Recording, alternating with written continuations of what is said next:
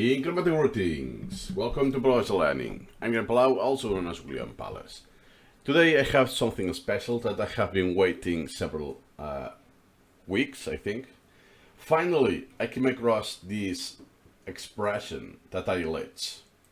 Here I have the glitch alert today. That I choose this word for this purpose. How do you say a very long word? So the answer, which is Sesquipedal, oh man.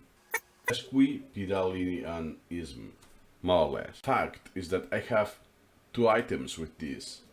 Look, a very long word, as simple as that, and the practice of using long, sometimes obscure words in speech or writing. The question is, why I want to remember this expression. I came across this with incremental reading on my main collection. Here it is. It's related to verbosity. The other is in see also. You know already what verbosity is, right? So why using an obscure word for that? Just because you can memorize whatever you want using Supermemo, it doesn't mean you should. Because this will be pointless. I'm especially guilty across the years with Anki of memorizing and learning very obscure vocabulary. Especially with Japanese, that in fact I never used, never. And I was only encountering those words inside the software, spectral repetition software. So what's the point of memorizing 5,000 obscure words that I will never use, right? So now, back to English now. It's okay you came across this, but is this practical? In what circumstance I will be using this word, Sesquipedalianism? I don't know, I think almost never. And what I did is that I asked this on the Supermemo wiki community. And here I have some extracts. Someone suggests to make a mnemonic to memorize this. Here I have another one. One is that you can go and split this by roots. It's a word that is about 1.5 times as long as it should be. That word in 4 parts. Sesqui, which means 1.5. Pet or pedal, or I think the root is until pet, refers to foot or feet. In the imperial system, this is a unit of measure. Then ion indicates some sort of property. And ism indicates part of the speech. So overall, the name is self-descriptive. It's telling you what it is in a literal sense, but it's using perhaps Greek and Latin roots. That's why it's not that obvious from an English perspective. Okay, now it is easier to remember that. I'm used to see that. Not at the same degree, but I'm familiar with that. Pet or pedal, it's easy to relate as feet or foot, because when you put your feet on a bike, it's called pedal. So it's very easy to relate. And so overall, only what you need to memorize is just Sesqui means 1.5. Overall, I can easily memorize a very complex and worthy verbose word, but that doesn't mean I should do it, once again.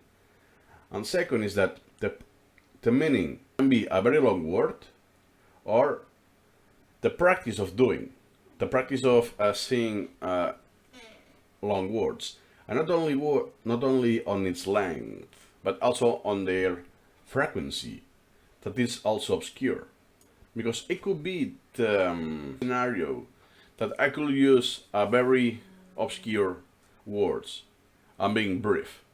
And I understand that as an R is long and sometimes obscure. That means that sometimes it's only obscure but not long.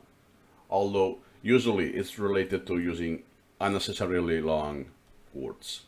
Someone else, I won't say names for privacy just in case. So someone very experienced with spectral repetition, with incremental reading and Supermemo, user suggested that. So you make several close relations.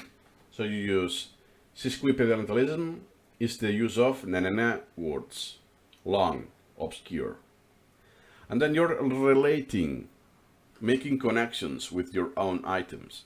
So now you're connecting with etymology is 1.5 feet long. Gotcha.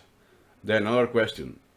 The use of a long and obscure words, which is more or less the answer of last time. It's verbosity, sesquipedalianism, flowery language. So here you have different synonyms or expressions that are very close to each other. And this solution is actually used in the Advanced English collection quite often. So most of the time when you have synonyms, they are tackled this way.